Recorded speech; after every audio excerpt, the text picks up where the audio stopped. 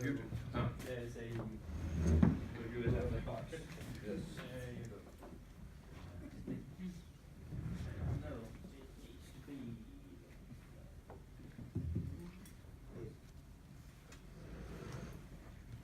It's always like that. Yes. Now it's better. You can hear me. So thanks a lot. It's pleasure and a privilege to be here and to share some ideas about migration and integration in Europe. Broad question that has been my preoccupation over the last 20 years. I've traveled a lot, I've read a lot, tried to be not only an academic, but also trying to understand, given my own background as a journalist, also to look at lived realities in many different cities in Europe, but also in the United States, Canada, and Australia. So to try to have a comparative view, to have an historically informed view, and that is what I want to try to do, to share with you some ideas by taking some distance from the actual situation we find ourselves in, to better understand the longer history we're involved in. Because of course, many of the conflicts surrounding migration gain so much attention, are so much part of our mediatic frenzy almost, day in, day out, that it's difficult to gain a view that touches on the longer history. So let me begin where we always should begin, and that's by demography. We just heard some figures about Denmark, but of course Denmark is not an isolated case, but it's part of a larger European reality, and I would say of a Western reality. Worldwide, migration hasn't grown that much actually in the last 50 years. In 1970, it was 2.8% of the world population, and that were international migrants, and that is defined by people who live longer than 1 year out of the country where they were born. So 2.8%, and now 50 years later it's 3.3% of the world population. Of course, in that 50 years the world population has grown seriously, but still 97% of the world population remains within the boundary of the nation or state where people were born. So that is something to contemplate, because we always focus a lot, and I'm certainly guilty of doing that, on those who move, but of course the vast majority of the world population doesn't move that much. Perhaps internally, like the huge migration in China, for example, hundreds of millions of people moving from the countryside to larger urban areas, but that is a migration within countries, although it's perhaps difficult to call China a country, but definitely it's an internal migration, but I will be talking about international migration. So from perspective of the world population, you could say it's not a defining feature of the world in general terms. But when we focus on the Western world, we see a different pattern. That is to say, in 1970, only 3% of the European population, but also of the American population, were immigrants. Now it's fivefold, generally speaking. Denmark somewhat less than the European average, Sweden somewhat above, the Netherlands somewhat above, but generally speaking, let's say it's between 11, 12, up to 15, 17% of our populations, our first generation immigrants. So the demographic pattern of Europe and the United States have a lot in common. Most people tend to see America as a nation of immigrants, while Europeans have difficulty in accepting the change brought along by migration, and that migration is part and parcel of the fabric of our societies now. But actually, America witnessed between 1920 and 1970 a sharp decline in immigration due to very strong restrictive laws trying to limit migration. So in 1900, 15% of the American population were immigrants, and only 100 years later, that same level was reached again. But in between, the number of migrants in America declined dramatically, from 15% to 3% in 1970. And from 1970 on, the country opened again, and the number of migrants increased. So it shows that migration as part of a pattern of globalization is not a one-directional trend, that we will witness more and more and more migration. Migration shows this curve. There's periods of intensity, but also periods of low migration. It certainly is not a one-directional trend in history, as the history of the United States shows. After periods of openness can come periods of closure. But anyway, looking at present-day situation, around 13–15% of most West European countries are migrants. Then if we focus on the larger urban areas, we see even better the existential change that is happening. Because in cities like Malmö, Birmingham, Rotterdam, Antwerp, Brussels, Frankfurt, etc., almost half of the population are now migrant families, where we take together the first generation, but also the children of those first generation migrants. So the families consist now, in the city where I live, 52% of the population are actually minorities. So the minorities are a majority. The majority has become a minority. I won't use the words minority and majority anymore because it has not much relevance in a way. But if you look at those cities, it's quite clear that something fundamentally is changing. And if you even focus at the schools in those cities, then you see that 2/3 of school-going children come from migrant families. And then you understand the existential change that is going on. So of course, our association with the word migrant is of course quite often people coming from Turkey, Morocco, Afghanistan, wherever. But of course migration is also people coming from Denmark to the Netherlands, Swedish people migrating to Germany, Americans coming to Great Britain, etc. So of course there is also a lot of migration that our first association doesn't fully understand.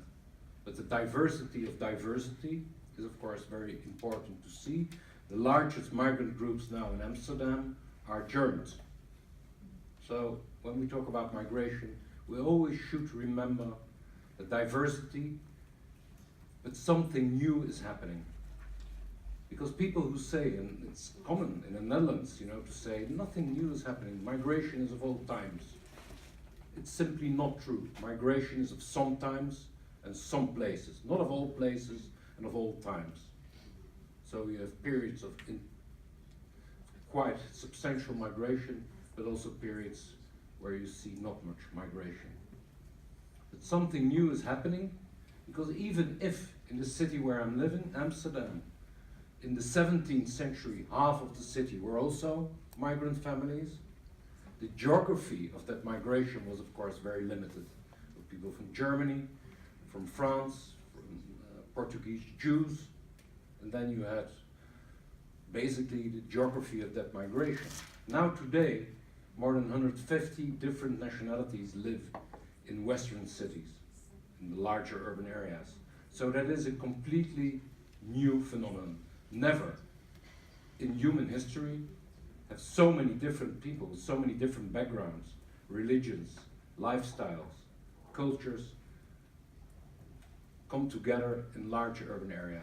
That is a unique historic experience, and although we can learn a lot from history, we should understand what is new, and that the phrase migration is from all time is simply not capturing that new reality.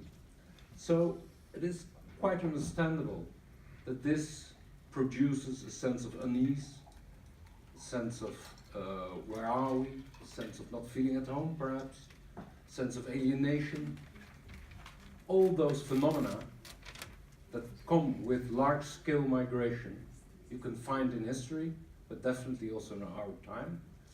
And what I've been trying to do is to understand those reactions to migration, to try to understand what is going on in the life of migrants, but also in the lives of those who were already there. So to understand migration from both perspectives. Because if you look at the academic world, you see that most migration studies are only about the lives and the experiences of migrants, which is of course very relevant. But there is also a society, a land of arrival, where people come, which has its own traditions, its own preoccupations, its own prejudice, whatever, but which we have to try to understand. So what I've been trying to do is to write that history, to understand that history from both perspectives, and trying to understand the interaction of newcomers and the established.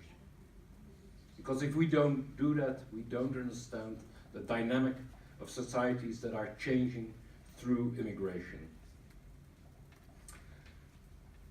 I wrote a book of 500 pages about it, and I'm going to condense it now in a somewhat brutal way into two basic ideas. And of course, I'm going to oversimplify beyond what is justified, but without generalization, you cannot think. Because of course, I could tell a story about Turkish migrants, how different their experience is from Moroccan migrants. I could also tell a story about how different Turkish migrants in the Netherlands and in Germany are. I could also tell a story about how different Turkish migrants in Berlin and in Cologne are. I could also tell a story how different Turkish migrant communities in the north of Cologne are and in the south of that city. So you can differentiate as long as you want. And then of course you end up with individuals with their own stories, which is of course very relevant. But as a social scientist, you also have to think about larger patterns. And of course, reality never fits into those patterns. But perhaps it can help us to understand some of the realities we face. So, two lessons to begin with. First of all, that migration, definitely when it starts to change a society, cannot be understood with the sentence, however well meant that sentence is, migration is an enrichment for everybody. Migration might become an enrichment for a society, but I think migration, the dynamic of migration, starts on both sides with a sense of loss. And we have become so addicted to the idea of progress that it's almost unbearable to think that in changing a society, also something gets lost. But if we don't understand what gets lost, we miss the understanding of immigrant society, immigrant nations. So first of all, a sense of loss on the part of migrants. For example, a mother from the Moroccan community who asked me the other day, who said to me, I'm afraid I'm losing my children to your society. And then it's of course a good thing to ask, what do you mean when you say that? And she said, of course, as a mother, I want my children to be successful. But if my children are successful in this society and become more and more part of this society, the distance between me and my children grows every day. So that is an experience you come across so many times in migration history that it's very difficult for parents, and especially if the cultural distance between the country of origin and the country of arrival is strong, that it's very difficult to raise children in a society into which you were not born yourself. So that cultural and normative distance that has to be bridged in an upbringing, in an education, is not easily bridged. So there is a sense of loss among many parents, the idea I'm losing my children, I don't understand my children anymore.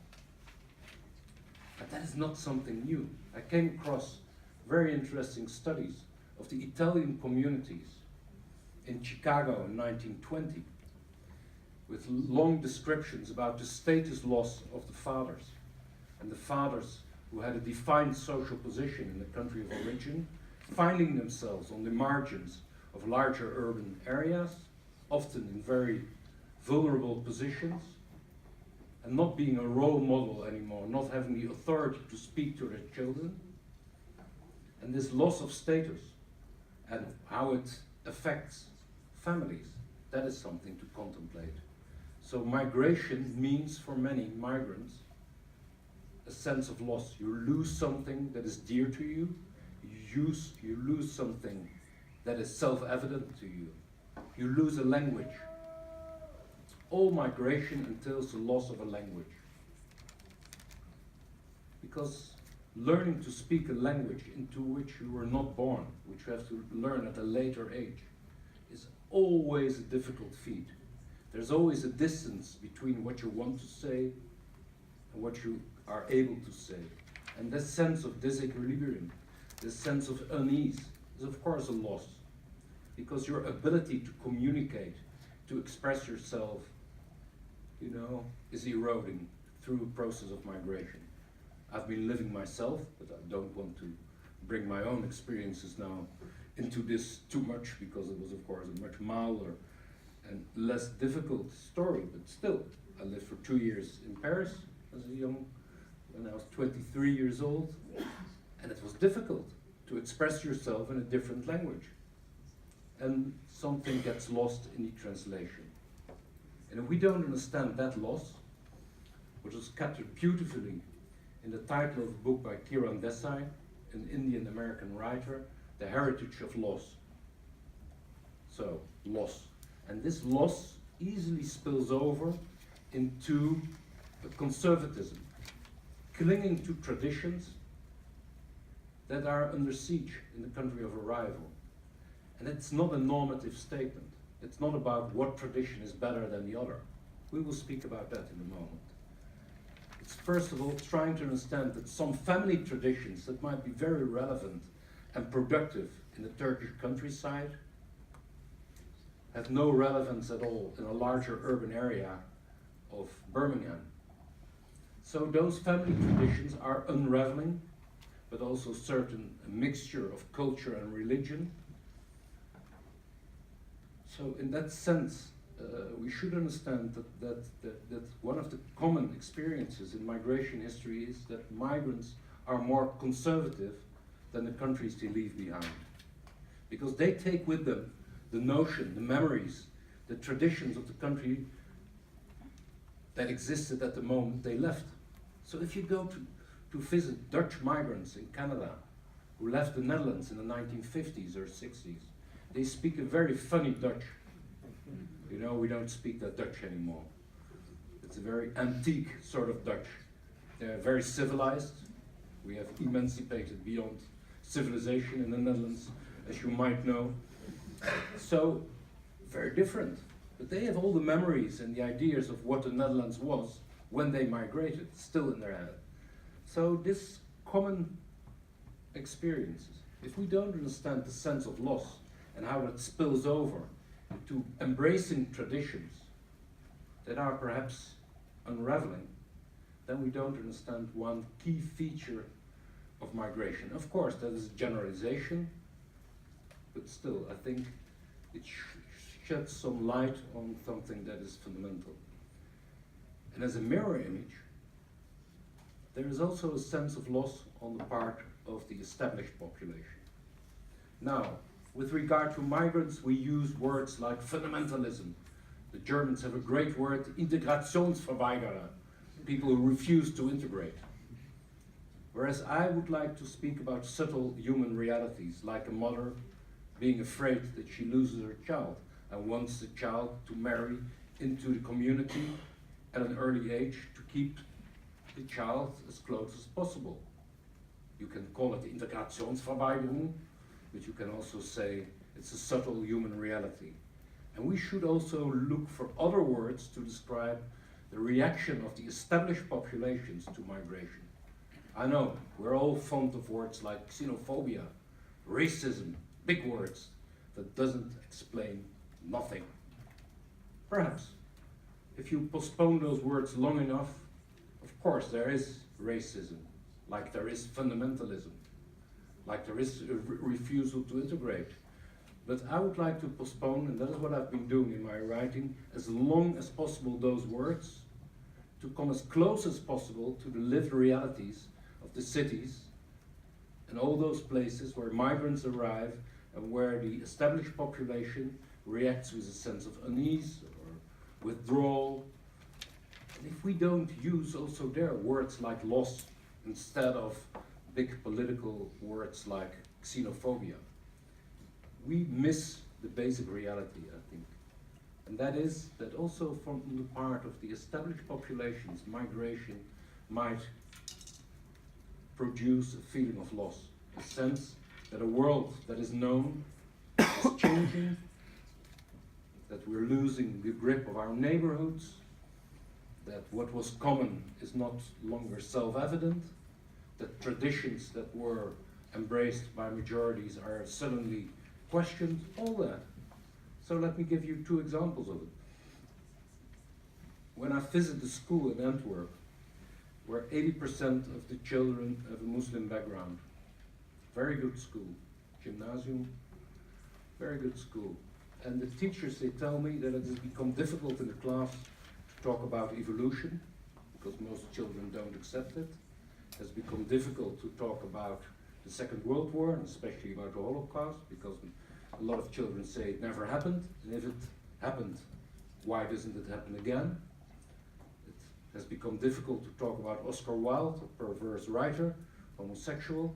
Well, if you go to scrap all the homosexual writers and perverse writers from your curriculum, you end up with a very short literary history, I guess. But anyway, and how are we going to tell people then that this is an enrichment? No, there's a real sense of losing something there. So we have to talk about that.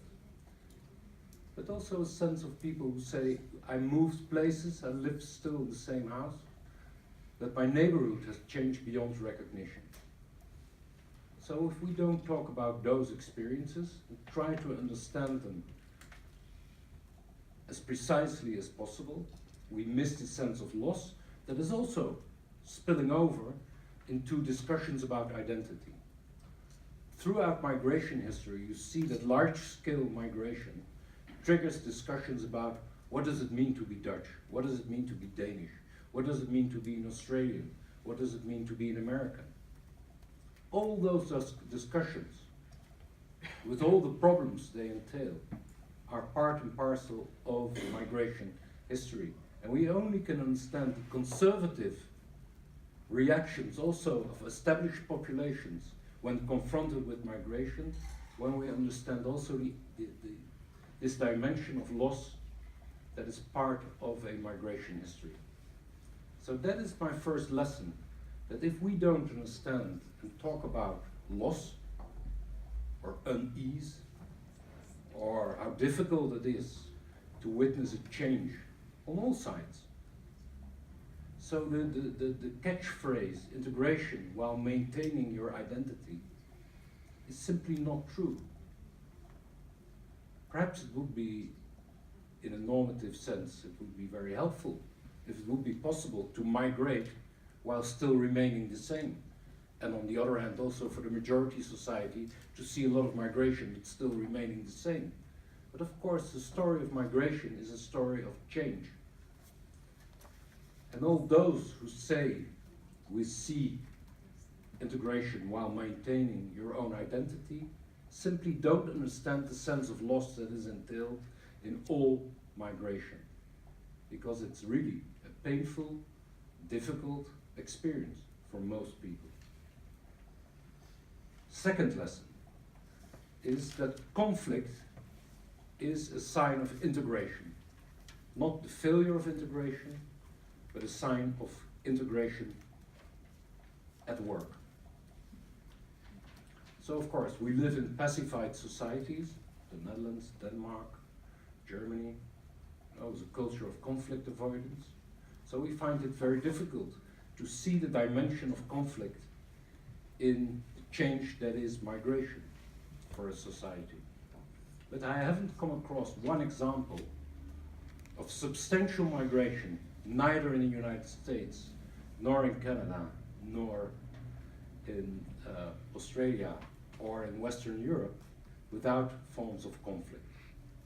But I see these conflicts as part of the longer history that begins with avoidance, sees forms of conflict, and then leads most of the time to forms of accommodation. So in my view, the story of integration can be described as a cycle of avoidance, conflict, and accommodation. And then the conflict is no longer seen as the failure of integration, but as part of this story. Because what we call tolerance was, of course, in many ways a form of avoidance, not asking any questions, because migrants were not seen as the citizens of the future, people who would have a real impact in our societies. So no questions were asked. For example, in the Netherlands it was said, migrants shouldn't learn Dutch. Such not a very great language anyway, not very helpful. Why would you spend so much time in learning Dutch? But of course, that is a symbol of exclusion, not of inclusion, because everybody knows that you can only have an impact in a society if you speak the mother tongue of that society. You can only be an effective citizen if you can express yourself in that language. So it was basically a form of exclusion, a form of avoidance. So basically, what I would say is that there are very few examples of migration without forms of segregation. Most of the time, it begins with avoidance on all sides. And that avoidance betrays why it is perhaps first experienced with a sense of loss, losing a known world. Because if migration would be seen on all sides as an enrichment immediately, then people wouldn't leave areas where a lot of migrants come to live. What is called white flight, as one of the characteristics of migration history, is of course a much more subtle experience, because in the United States it was white flight when the arrival of Irish migrants occurred in the 19th century. So people living in Boston were leaving the areas where a lot of Irish migrants were living. Now you have people from Suriname, so black migrants if you want to use those words, fleeing areas where a lot of Polish migrants arrive. So black flight for white immigrants. So it's not at all about color in my view. It's first of all a question of who lives somewhere for generations in a neighborhood, feels this is our environment, and leaves those areas or schools when a lot of migrants arrive. That is something that you can see throughout the history of migration. So avoidance on all sides is the first reaction quite often, not always of course, quite often to migration. But there comes a point, and especially in cities that I described, where half of the population are migrant families, that you cannot avoid each other any longer. And then you see conflict. The moment the lives of people start to touch each other, the moment beyond avoidance, you see forms of conflict. There are basically three sources of conflict. And I would say the conflict is rational. Those who say conflict surrounding migration is basically irrational, simply when you study the history, you have to come to the conclusion that those conflicts have real sources and can be understood. It's also something one should ask oneself. If we would say to each other, conflicts surrounding migration are deeply irrational, that's the end of a conversation. Because what are you going to say then? If you're only confronted with deeply irrational reactions. So three sources of conflict that in my view can be understood. The first is socio-economic. Low-skilled and low-paid migration makes a society more unequal. The trade unions in the United States were always on the side of migration restriction. The entrepreneurs of America were always very much in favor of migration. So migration of low-skilled people, and that's the vast majority of migrants throughout history, is a form of redistribution in a society. It's good for those in the middle classes and above. It puts a real pressure on the wages of people at the bottom of the labor market. That is why the trade unions have historically been on the side of migration restriction. The classical question, why there is no socialism in America, can be easily answered. Because at the moment, in the end of the 19th century, when the trade unions were forming itself, when labor was organizing itself, that was exactly the period when there was mass migration from Europe to America. So the trade unions, social protection in America has been typically a lot weaker than in West European countries. So fast forward to our time, it's no coincidence that classical immigration countries have less welfare state, less social protection historically than continental European countries. And the question is completely irrational, that in the context of a welfare state, where you have a strong solidarity inside of your country, the question who has access to that solidarity and who has not is a rational question to ask. And it's a rational conflict. And I see now, for example, in the Netherlands, we have almost 500,000 migrants from Eastern Europe in the last 10 years. And of course, from the point of view of entrepreneurs, it's a very good deal. Those people work 60 hours a week, are forced to buy their food, are forced to buy their the places where they live from their entrepreneur, and they go, you know, they have at the end of the month 800 euros for a 60-hour work week, something like that. And then these entrepreneurs tell me, I cannot find Dutch people to work for me. And then I say, no, for those wages and those labor conditions, of course you cannot find anybody. So it's also migration, labor migration is a strategy of maximizing profit, which is, from the point of view of entrepreneurs, a completely rational choice. But it's also rational for organized labor to ask a lot of questions about how the social contract in a society developed, where you have a lot of low-skilled, low-paid, low-organized labor. So that's the first conflict you see. Second one, which you also can see throughout the history of migration, is cultural religious conflict. For me, it was an eye-opener when I found out that in the United States, the Catholic immigrants from Italy, Ireland, and Poland met with fierce opposition. And the conflicts in our time are really, compared to what happened then, in many ways, very mild. Fierce opposition against Catholic immigrants. Why? Because in the United States, that defined itself in the 19th century still exclusively as a Protestant nation, those Catholic immigrants were seen as people who would never become loyal Americans. Their first loyalty would always remain Rome.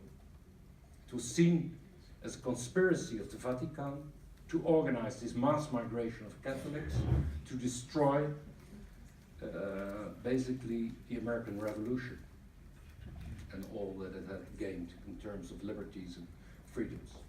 That was the way it was experienced.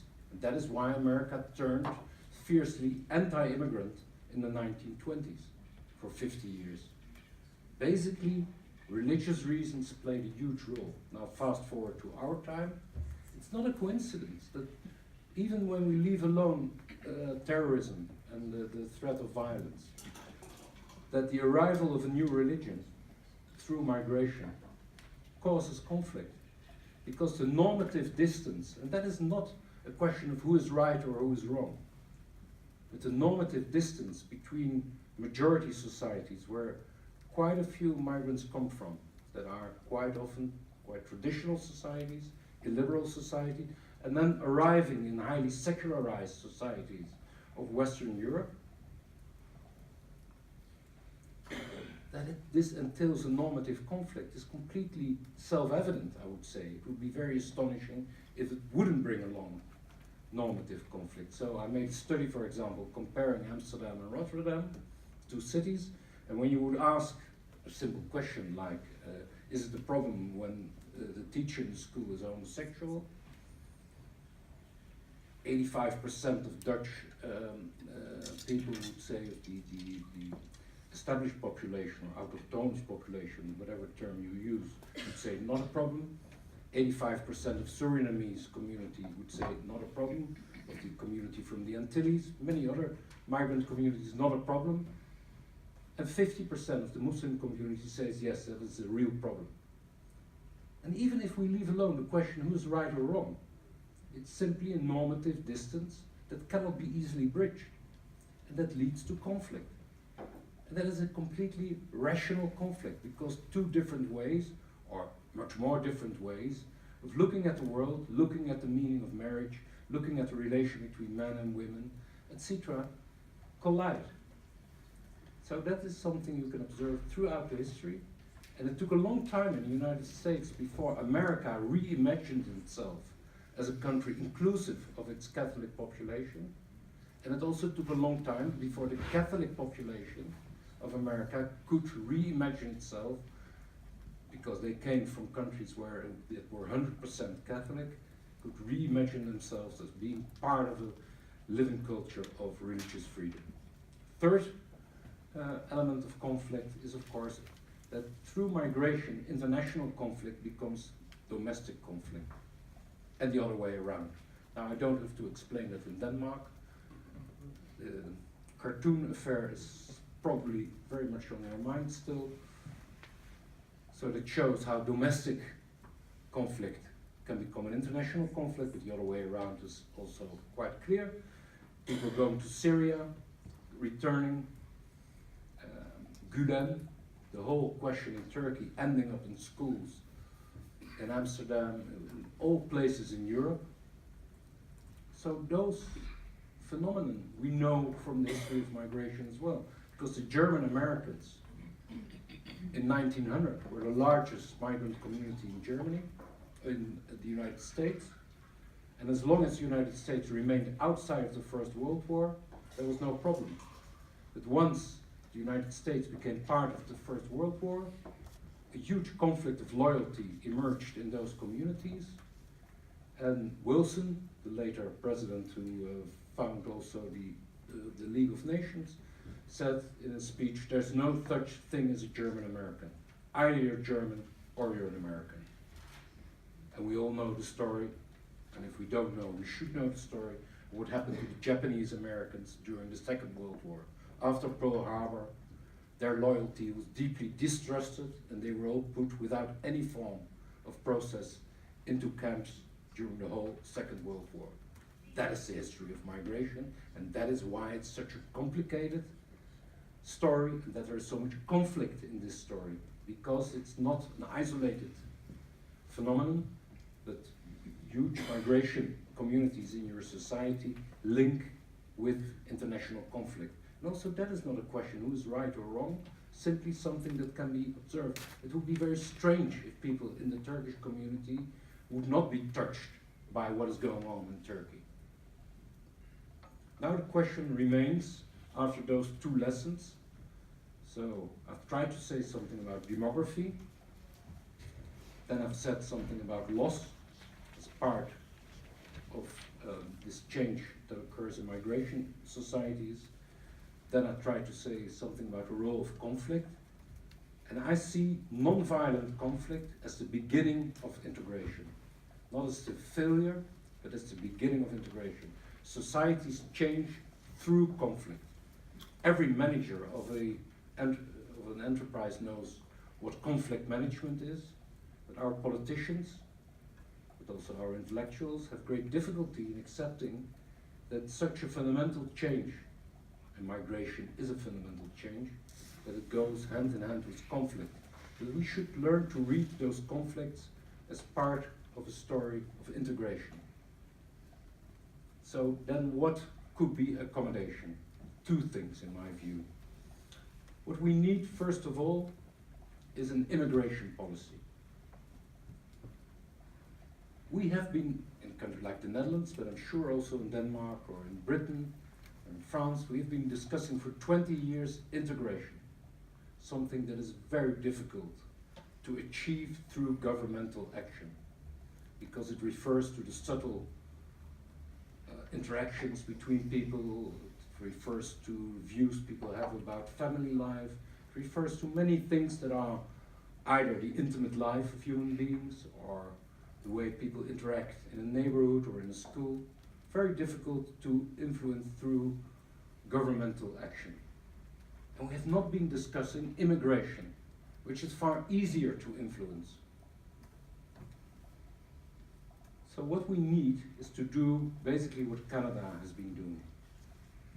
That is to formulate a clear vision of labor migration, of the humanitarian obligations we feel towards refugees, and to be clear, to give a sense of orientation.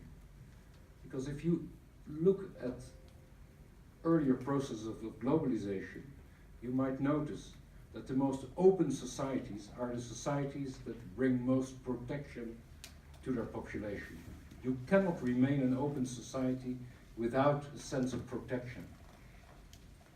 And so part of that protection is giving a sense of orientation to a population. We have failed, in my view, in societies like Denmark, in the Netherlands, in Belgium, in France, to formulate a clear immigration policy with a long-term view. Now, what I did in the Netherlands was to make some scenarios based on demography. The Dutch population has been growing in the last 20 years with 1.5 million people. Never ever has the Dutch population grown so fast as in the last 20 years. 90% of that growth is migration. So if you make the longer term scenarios, you find immediately two things. First of all, slight changes in net migration produce quite substantial outcomes 20, 30 years later.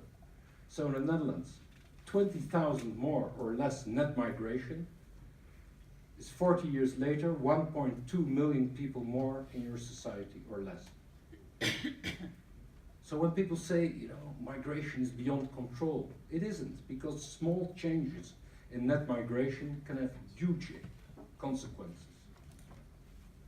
Secondly, between a mildly restrictive migration policy in the Netherlands and a relatively mildly open migration policy, one outcome is 16 million people. We have now 17 million, so a shrinking population. It's always good to remember in discussions with people with a populist inclination to ask them, so a restrictive migration policy, do you really want a shrinking population? What would that mean for your society, for your economy, for your culture? A shrinking population. A mildly open migration policy leads to 20 million people in the Netherlands. So within a very narrow margin, you would see an outcome 40 years later of 4 million people more or less. That is how we should think about migration. Not about migration year from year, but long-term effects of migration, and then to ask ourselves the question that Canada asks itself every year: what is the sort of labor migration we really need? Not only because entrepreneurs want a quick fix, want quick profits, but what are the long-term consequences of that labor migration? What is the scope of our humanitarian obligation? Canada says every year 40,000 refugees. That is the maximum of our humanitarian obligation. You can discuss about it, but giving a sense of orientation towards people is in my view the precondition of remaining an open society. So that is why Germany made the choice to do that in the government agreement between Social Democrats and Christian Democrats to formulate a limit to the number of refugees you can accommodate every year. But my feeling is that if you do that in an organized way, not with the panic that occurs every year, that in the end you can receive more people than if you open up with a grand gesture and then in a panic like Sweden has done, you know, with all the political and social consequences of this panic and closure and opening. So to bring more order, stability, predictability, sense of orientation. That is what we need in our labor migration, to define the sort of qualifications that are needed on the labor market, to define our humanitarian obligation. So that is key. If we don't have a clear immigration policy, and also a clear view of our humanitarian obligations, all the questions about integration become so much harder to answer. The Dutch government has done a research on the net economic performance of migrants in the Netherlands after the war. The result is that, economically speaking, migration hasn't offered us anything. The net result of migration has been almost none. So for a time, the guest workers were very productive.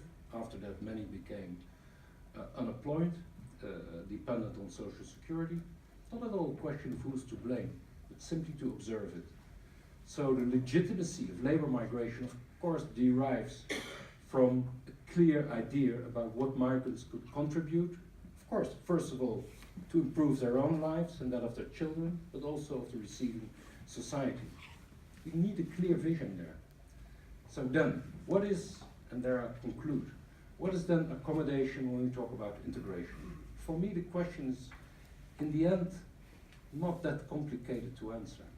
Because if you ask migrants to see themselves as citizens, to become citizens, always the question comes back, what does it mean to be a citizen? To integrate into what, actually? And then you see the embarrassment. That is why our tolerance was, first of all, tolerance with ourselves. Because if you ask a question, you enter into the obligation to listen to the answer at least. You cannot ask somebody, you cannot oblige somebody to something if you don't feel an obligation yourself. So that basic reciprocity is complicated, but is what is needed. And that was tolerance, to avoid that difficult question and also not to be obliged to listen to all the answers or basically perhaps critical remarks made by migrants or migrant communities. So when you say reciprocity is the key of integration, so I was with the Minister of Integration the other day in the Netherlands, and she pointed a finger to a lot of children from migrant communities, and she said, not very invitingly actually, you should all know the Constitution. And of course, sooner or later, most of the time sooner, somebody rose up, this time a young girl with a Somalian background, and said, do you know the Constitution yourself? That is the real enrichment of migration, in my view. That it forces a society to rethink its idea of citizenship. So, 4 characteristics, and there I end. And it's not that complicated, actually. First of all, it's about language. As I said, many people were told in Western Europe, language is not that important. Whereas in the context of citizenship, the ability to speak and write a language is very important. And the interesting thing is that behind this discussion about language and migration arose a very different question. What about the literacy of autochthonous Dutch and French people? And then suddenly was discovered that there was a huge problem in our society at large. That is for me a real enrichment of migration. It forces a society to rethink its fundamentals. For example, what is language and what is the meaning of language in terms of citizenship? Second question, what do you need to know as a citizen? So to rethink our education, not only as a preparation for a profession, but also as a preparation for a living practice as a citizen. So what do you need to know about history? Well, it triggered in the Netherlands at least, but also in France, also in Germany, a whole discussion about our colonial past. That is an enrichment. Because now suddenly we have a monument commemorating slavery in one of the central places, parks in the Netherlands. So all the critical questions about our own history suddenly came back. What do you need to know about the culture of the law, etc.? And I don't say that all the answers that are given are the good ones, but the quest to think about education, and then of course it's education for all children. Why should children from migrant families be taught something differently from all children that are born in our countries? So that is an enrichment. Third question, participation. I cannot think about citizenship without participation in a circle that is wider than your own family. That can be voluntary work, it can be paid work, and especially rethinking the welfare state in the light of the experience, which is unique in the history of migration, that so many migrants were unemployed and dependent upon social security. We in our societies have managed to make out of the most entrepreneurial and risk-prone part of our population, migrants, the most dependent part of the population. And again, that is not a question of guilt, not a question who is to blame, but simply something you can observe. And the last question, aspect, the normative aspect. And there are perhaps the most of the uncertainties. What do we say when we talk about an open society? I would say it begins with the strictly legal definition of equal treatment. But when we think about what this legal idea of equal treatment means, we see immediately that it's not the open society as a whole. It is the foundation of an open society. Legal definition of equal treatment is simply this, that in the context of freedom of expression, you might have the opinion that homosexuality is a perversion. You might have the opinion that Islam can never be part of a democracy. You can also have the opinion that democracy can never be part of Islam. You have all kinds of ideas you can have in the context of freedom of speech, and freedom of religion, freedom of thought. In an open society, you cannot force the conscience of people to become non-discriminatory in their ideas. So, an open society, the idea of equal treatment, defines in a broad sense what we are. But to be an open society, you need normative majorities that believe in the idea of reciprocity, that basically say the right I claim for myself implies the responsibility to defend the same right for people with other ideas, other lifestyles. This reciprocity is a norm that you cannot force people legally into living up to, because people might have very conservative or exclusionary ideas. It is entirely possible to have a closed view of the world in an open society. That is why an open society is so vulnerable, because it lives from normative majorities that are not self-evident. Now, quite a few people in the Muslim communities have conservative views that are at odds with the normative idea of an open society, but there is also quite a few people now, up to 60%, for example, in France and Austria, that say we want a complete ban on Muslim migration. That is also true. So, what would that mean? That it's also betrayal of an open society, in my view. So, it is not self-evident that the normative basis, which reaches much further, because it's an idea about human dignity, which is reaching further than the idea of equal treatment in its legal definition. The idea of the human worth, of dignity. And this sense of reciprocity, I have my religious freedom. But it should mean that I accept the responsibility to defend the freedom of others. That is not something you can force upon people. You can seduce people, you can provoke them, you can invite them, whatever way. And this is a question that addresses all of society. And that is why I think the normative dimension of citizenship is really, has been in the last 20 years in all of our societies a great learning experience. We have, since the Second World War, never been so much invited to think about what is the meaning of freedom of speech, what is the meaning of freedom of religion. That is a real enrichment. So I'm basically hopeful.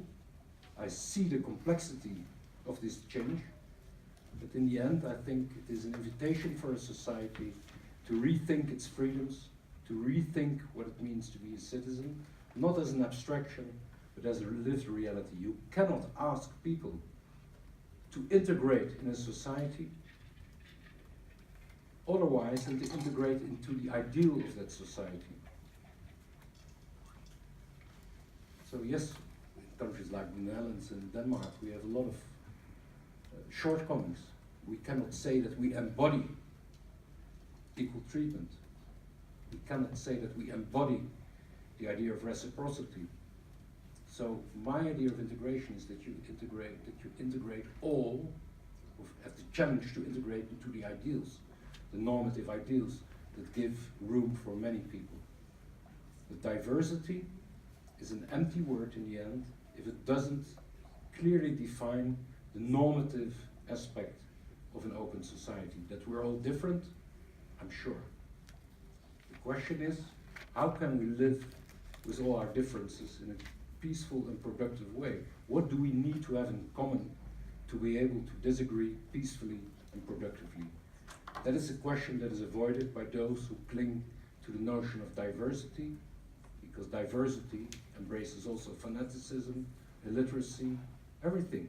If you ask people, what do you mean with diversity? They say, well, not illiteracy, of course, not fanaticism. Okay, so what do you mean? It's basically a culture of tolerance, open-mindedness, mutual acceptance. But that is a high goal for a society. Thank you very much.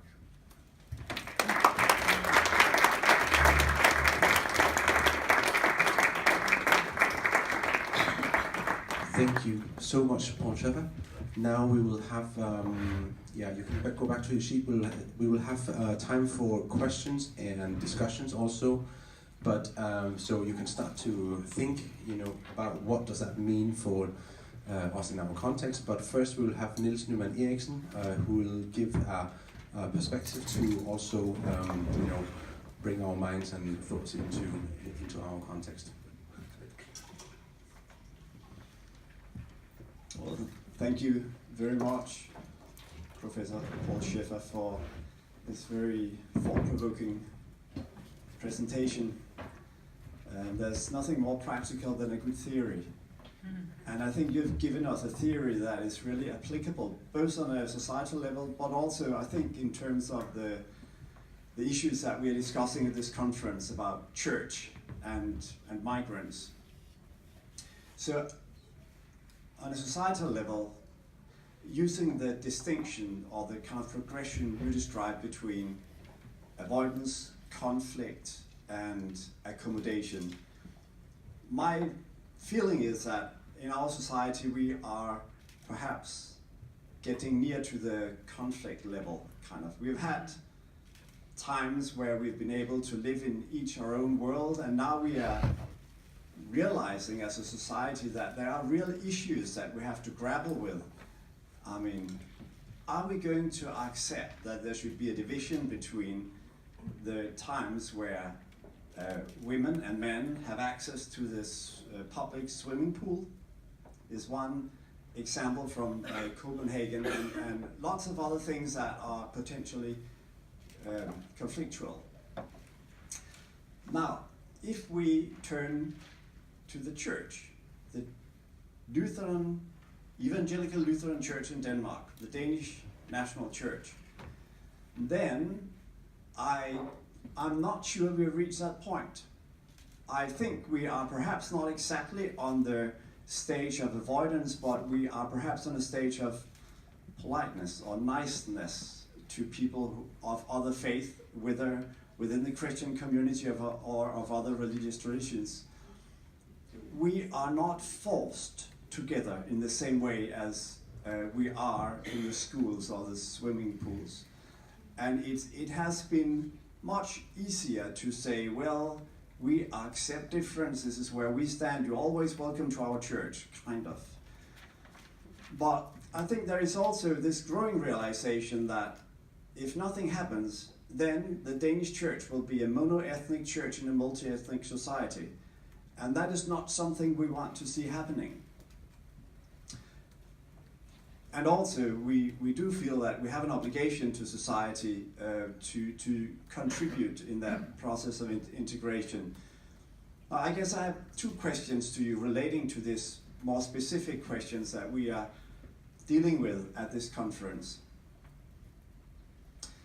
The first is, in your view, your experience, your research, what is the role of faith communities in the process of migration and integration, both positive and negative? And I mean, what is the role of church communities in relation to the society generally, and also in relation to each other, like church, mosque, that relationship? How important is it? That's number one. The second question is to do with one of the mechanisms that I think you described in your speech, was that there seemed to be a tension between liberalism and conservatism built into this whole problem. And I think we recognize that from the church.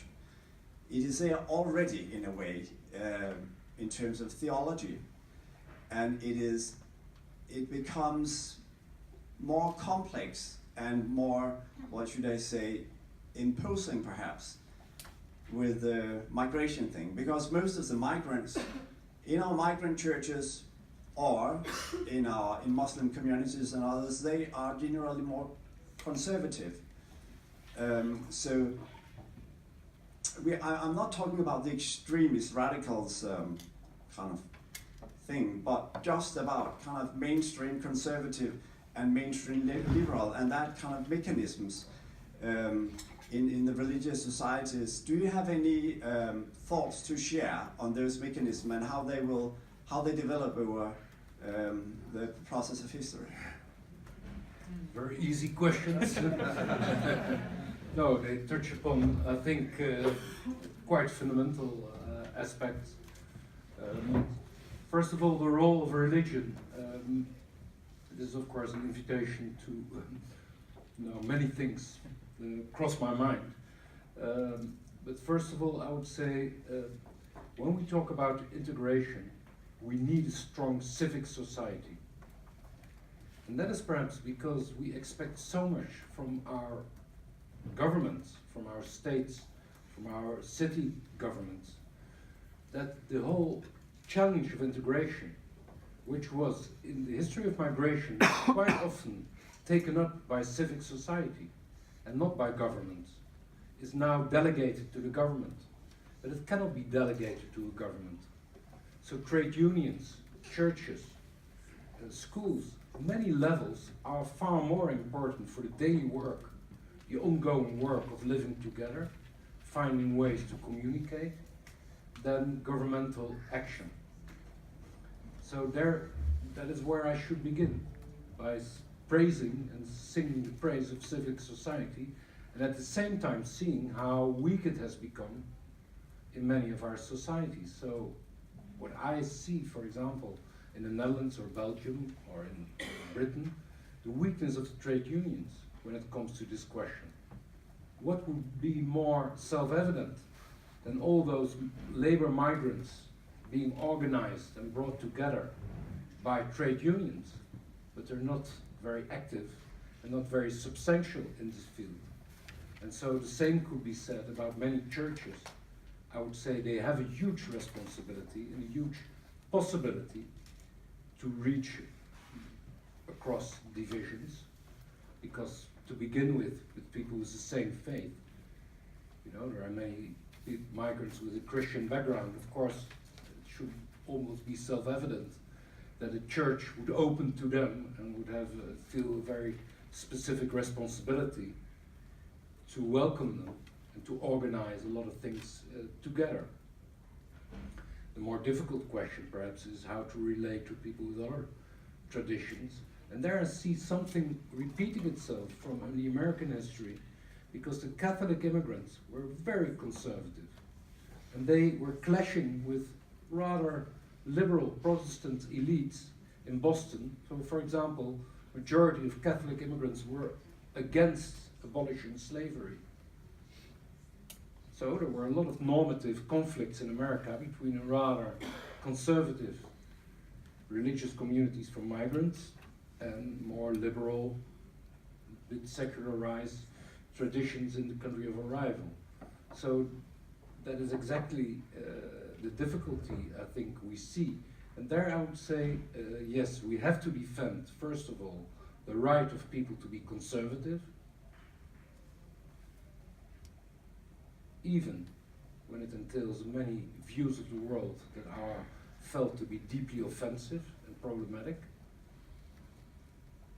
But at the same time, I would always defend what I see as a normative framework and the basis of an open society, and that is reaching beyond this idea of everybody has a right to his or her opinions, to what is a normative idea of an open society. So when I'm invited in a mosque, I would always say to people, if you ask for respect, rightly so, are you willing to give it to people with whom you deeply disagree? So that reciprocity. But then when I'm in a room with all people who vote for populist parties, I would ask the same question. If you want migrants and people in the Muslim community to respect this society, are you respecting them? So this reciprocity, which asks a lot. But if we are not clear about that normative framework, I think we lose the ability to reach beyond conflict. But it's not easy, because in Germany, for example, if people would say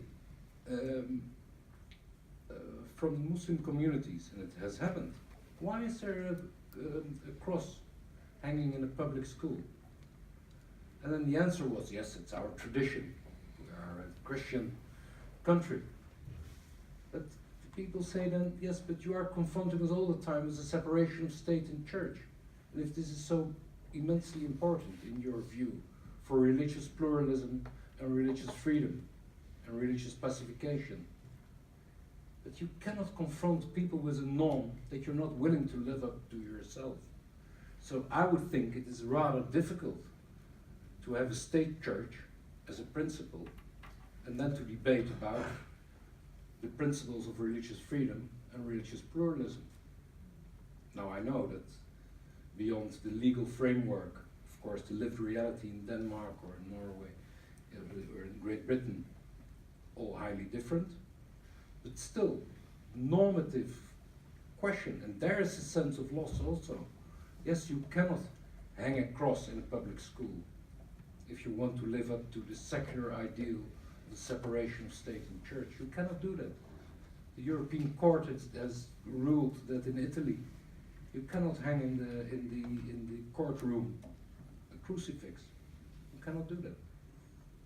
So that is a real sense of loss for many who think that is a marker of our identity. But there is a real, I think you cannot solve the conflict otherwise than by living up to a common norm. Otherwise you get a clash of mirroring images.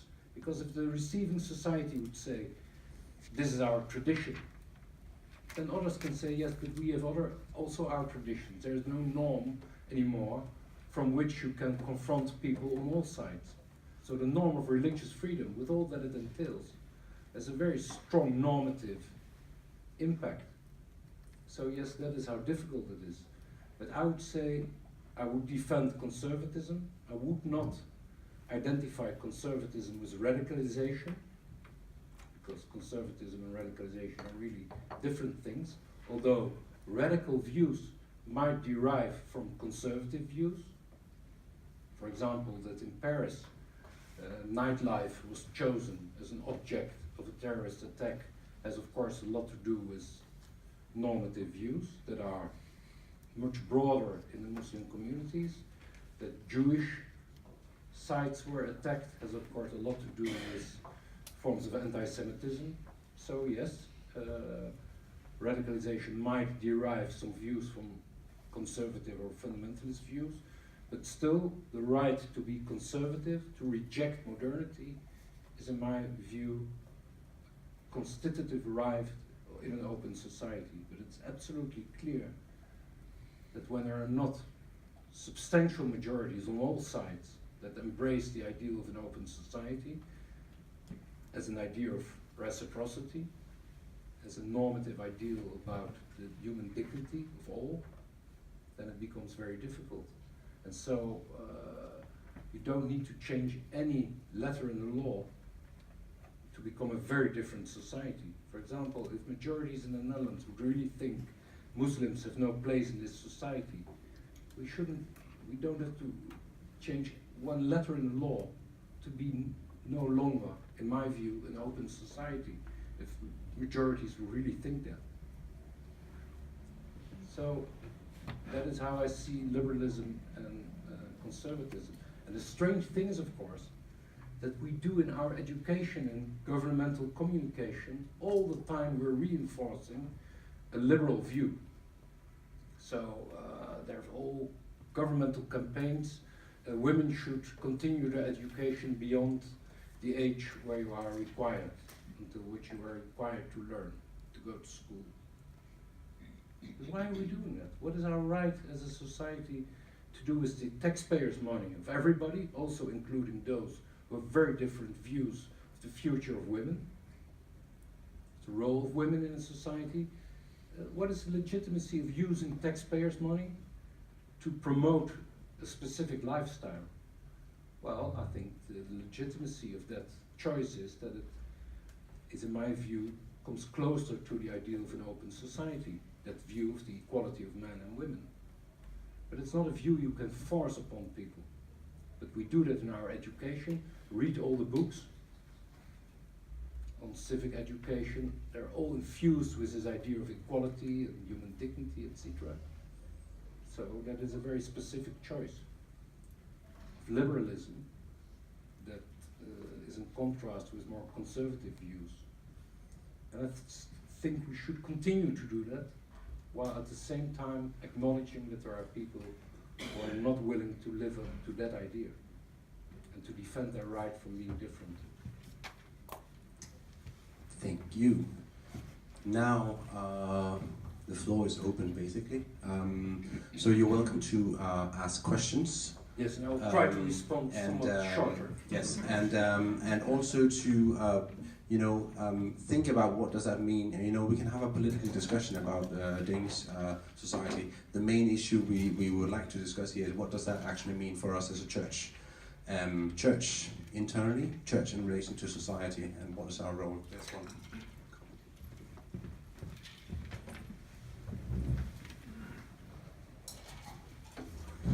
Hi, my name is Klaus, and I'm from Northern Zealand, and I'm a priest. I have a question. I think it's quite interesting question and response, but it calls for an answer. What is happening with your feelings? Because I understand we need to respect each other, and in the terms of being an immigrant coming to, let's say, Denmark, and you want to be respected, you have the freedom of your religious system, you can say, and you can be a part of the society and be equal somehow, and there are some criteria for being a citizen, like language or something like that. But then I ask myself, because of your response, if I was moving to a Muslim country, and in the sense of respect, I would never demand that the society that I was moving to, that they should remove their religious symbols, because I would respect their mindset or their values.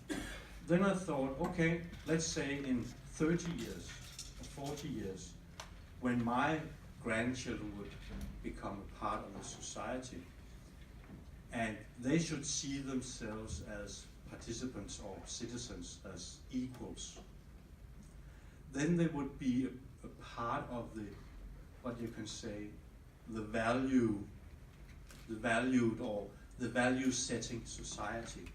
Then they would have the discussions, I think, of what do we believe in together, because I'm born here, I'm second or third generation. But in the first generation, or when you're the immigrant, I would never disrespect the country.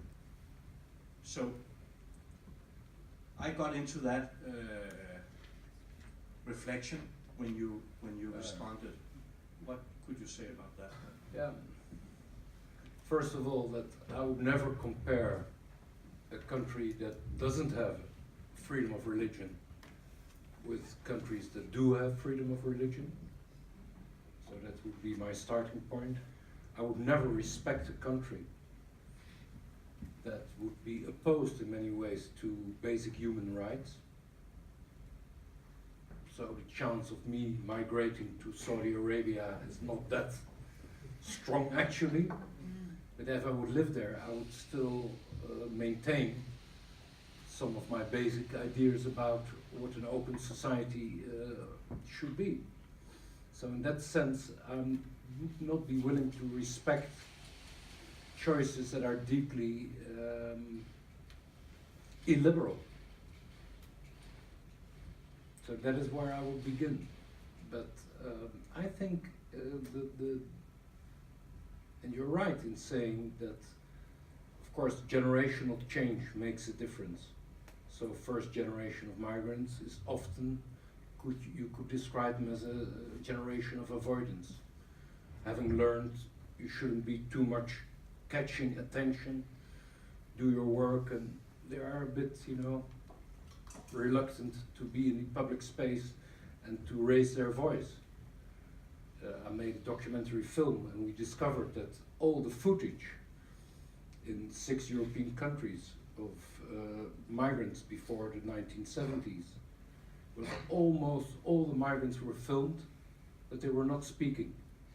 They were, there was a lot of voiceover explaining what these people were thinking and doing, etc. But you almost never heard migrants speaking and raising their voice. And then after 1970, you see the second generation emerging, and they raise their voice, and rightly so. And they say, this is our country. This is the place where we were born. We have our rights here. We are part of the future of this society. We have a say in what this society should be. And then, of course, also people with conservative voices can be heard. But I don't think it's a conservative reaction to say, when you're confronted with a norm of separation of state and church, to say how come that there are religious symbols in public schools, for example, or in the court, should be neutral, that are referring to Christianity. So that is, I think, a valid demand, and not confrontational in itself or conservative. No, it's embracing an idea that is mobilized time and again in public discourse when it's about the Muslim communities.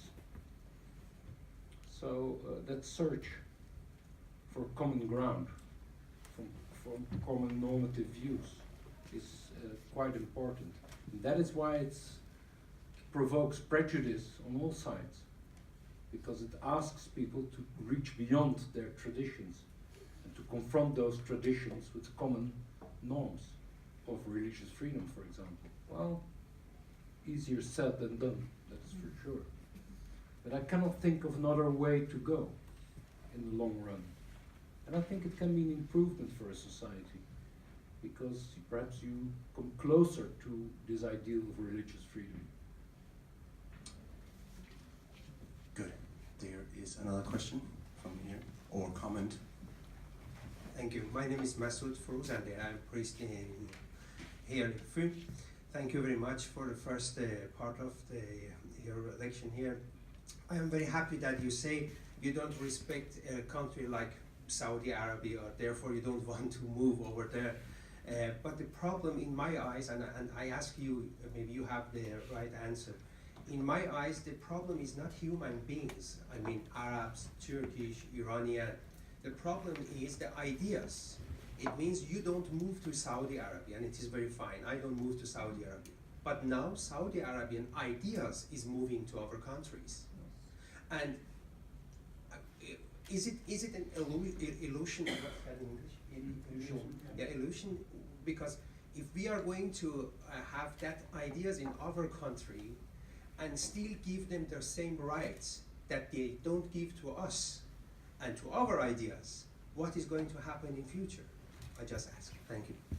Yes, but I think the fact that there are no churches in Riyadh, Or Iran or something. there can never be an argument to refuse buildings of mosques here. That is the first thing. Second thing is that I would look into financial contributions. And there I see a lot of worrying signs of that fundamentalism is gaining ground in some mosques. People say now, in the city of Amsterdam, half of the mosques are under the influence of Salafism.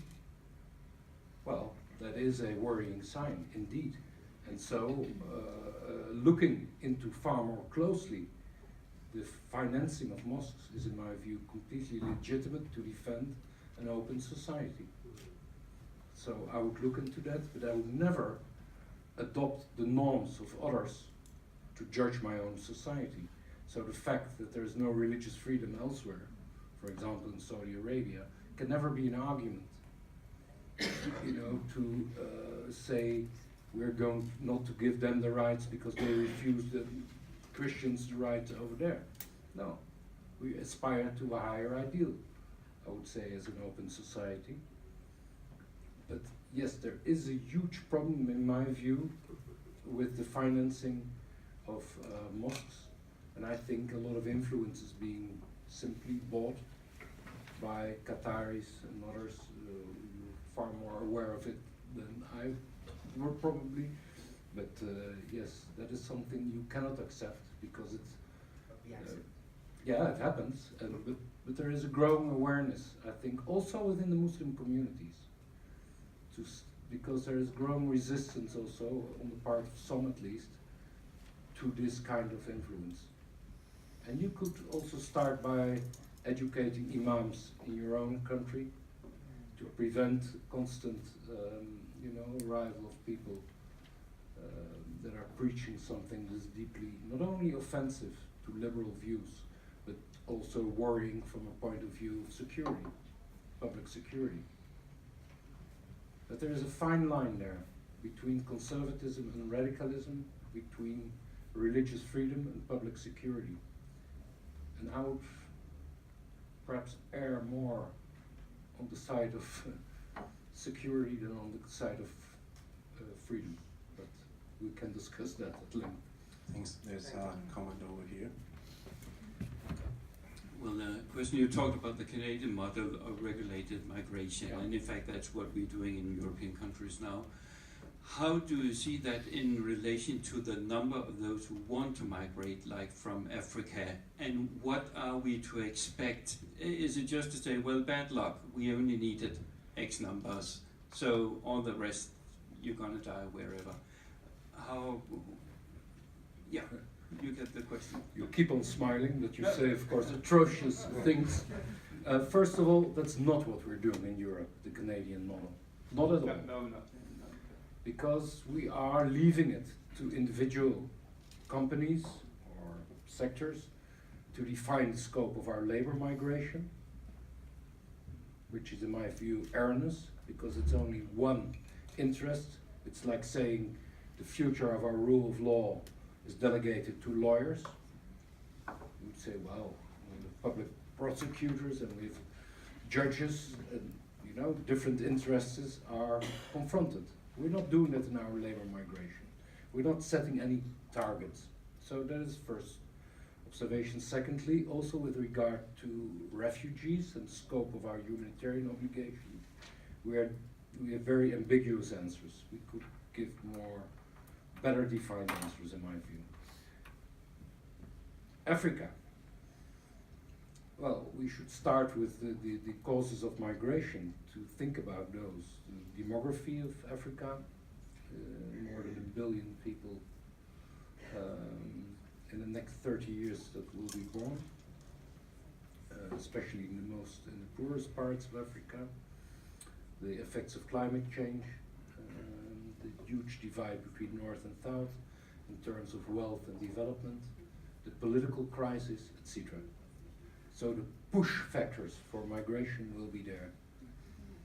And anyone who has any sober reflection on what Europe can accommodate knows that there is an imbalance, to use a polite word, between the push and what societies can accommodate.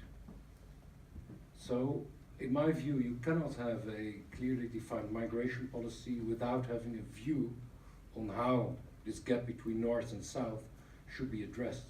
But the development of countries like Egypt or Ghana or many other countries in Africa, to confine ourselves to that continent, is in the end a responsibility for those societies, and we can contribute, but we shouldn't make the same almost post-colonial mistake or hubris that we can make the difference there.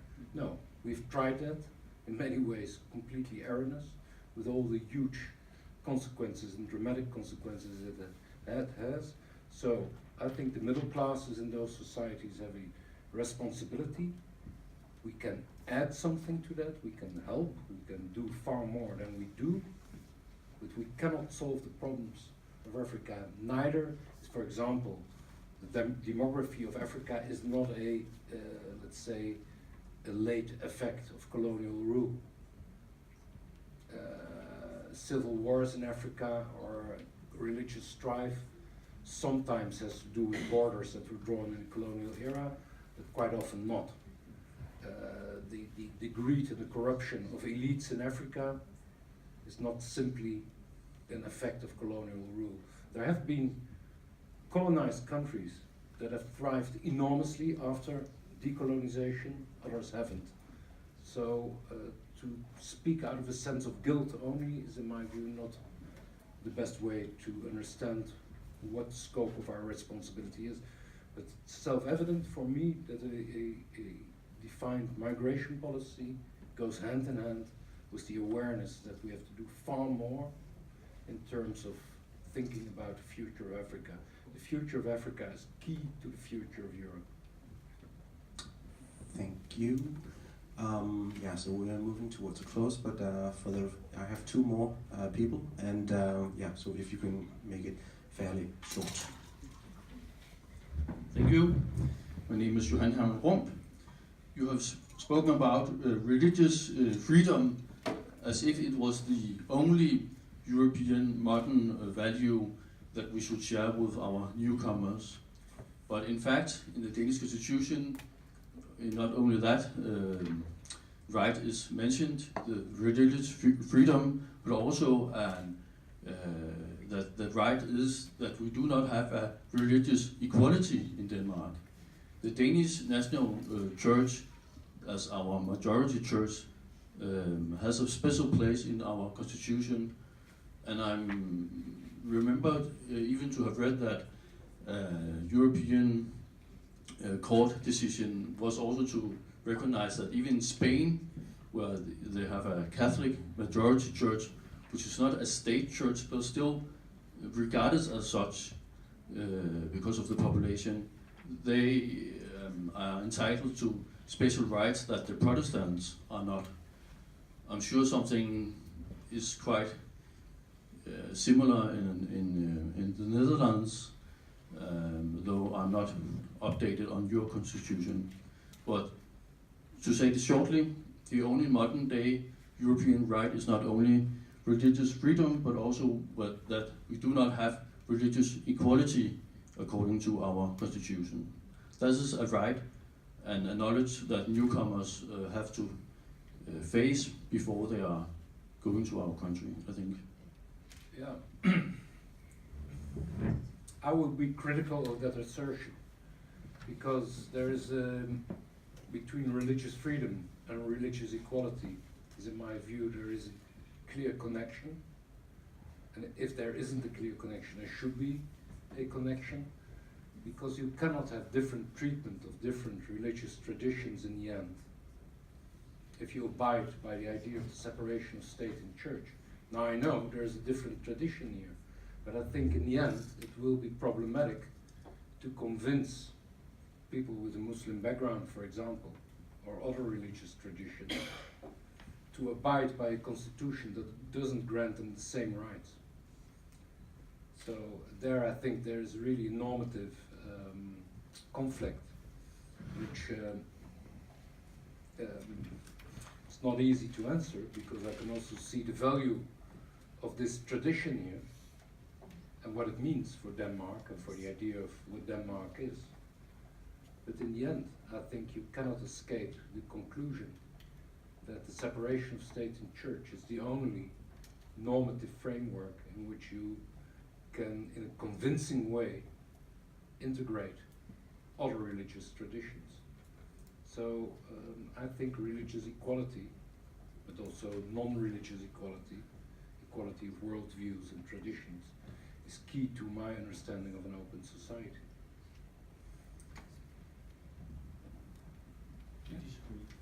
We disagree. Yes, we do. I'll have one observation and a very quick question. Actually, I'll also ask this question or have this observation that you talk about the open society as a basics. Like, I would translate that as you speak for a liberal democracy. Yeah? But do we really agree on that? I would agree on that. But I see this under attack in Europe in many ways. It's really confronted right now. That we cannot take it for granted that we will have an open society, that even our politicians would want it, or our people who vote for these politicians would want it. So what's the perspective here? Can we take this for granted that we have an open society? And one other consideration is you mentioned a few times the US and how religions integrated in the US, but actually I was reading recently that Sunday morning is one of the most segregated times in the US, that people are really not together in churches. They have separate churches, black and white, different denominations. Are we looking towards a more cosmopolitan society, where we have people living more or less in their groups, ethnic, religious, historic groups, instead of what we actually had here in our society, at least for the last many years, a people's church that tried to unite everybody in that church. And this is our challenge. Yeah, but I would say that if you look at the history of America, you would see that in the beginning, Italian Catholics, Irish Catholics all had their own churches, and it took perhaps at least 100 years to grow into the culture of Christianity, where ethnicity would play less of a role, was less of a marker. So if I look at Muslim communities now, I see in Amsterdam or in Paris or wherever, I see Turkish mosques, Moroccan mosques, etc. Also very much divided along lines of ethnicity. But my prediction would be that in the end, ethnicity will fade away more and more, and the religious context will grow in importance. So that is the integrated role that faith communities can play, that it can cross over ethnic divides. Now, of course, your tradition here, and the question that was asked in the beginning, are we a mono-ethnic church in a multi-ethnic society? Now, we should, of course, ask oneself, what does it mean, the word multi-ethnic? We make, in my view, quite often the mistake to look at the children who are born here in migrant families and to define them as people living in an ethnicity. Whereas, the loss of language. Look at remittances. the first generation transfers a lot of money to the countries of origin. The children already less, the grandchildren even less. So the link between the country of origin and successive generations of migrants and their children and their grandchildren weakens. So I would say ethnicity, and so thereby also the concept of what it means to speak about a multi-ethnic society would mean that ethnicity continues to define the children, the grandchildren, and the children of those children. I don't think that is true if you look at the history of migration. If somebody in the United States tells you, I'm an Italian American, don't ever think that the person who says that speaks Italian, goes often to Italy. Not at all. It's a sentimental way of acknowledging something people feel proud of. You know, 5 generations ago we came to these shores, but it's not like living halfway the Italian culture and halfway American culture. Those people are living in a mainstream society. So the whole idea of multi-ethnicity, multiculturalism is a conservative idea that doesn't acknowledge the change in our societies. So to what extent are the children, the grandchildren, still defined by the origins of their parents, grandparents? So we should look at it far more carefully and to think about the diversity of diversity. It's not a group phenomenon in the long run, but far more individual stories. And I don't see why a church that is still Danish could not be much more pluralistic in its membership by appealing to children, migrant communities, etc. So we should see it in a somewhat longer perspective and not think of ethnicity as something that is monolithic, but as something that is continually changing and I would say losing its pertinence, whereas the community of religion that you would like to embody gains in importance. So it could be, in my view, if you do it in the right way, an enormous positive contribution in the story of integration in this country, especially because the civic society that a church is, of course it is also an eternal aspiration and something that goes beyond everyday lives, but still as part of civic society it can play a huge role. But I would never define it as mono-ethnic in a multi-ethnic society, because then you cannot solve the problem. If you address all the time ethnicity as the marker. Danish ethnicity, if it's rightly understood, is not an ethnicity, but an idea of citizenship that is open to people with very different backgrounds. So, you know, this whole ethnic self-definition is perhaps problematic as a starting point. Great, thank you. Let's give Paul Scheffer a hand once again.